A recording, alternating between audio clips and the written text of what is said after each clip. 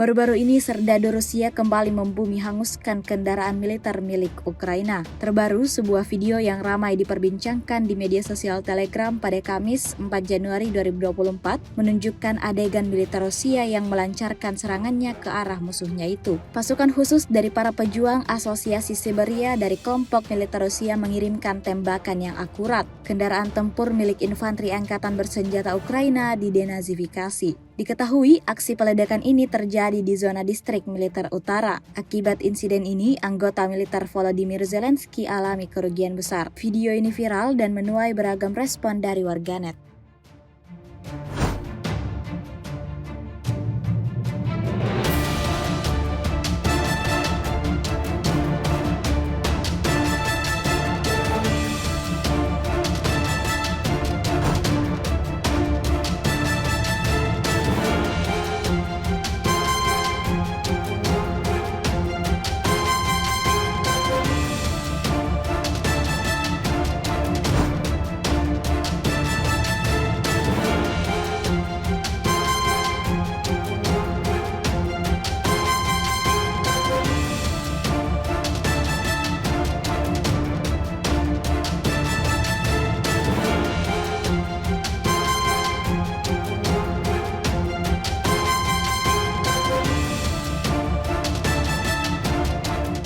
Download Tribun X sekarang, menghadirkan lokal menjadi Indonesia.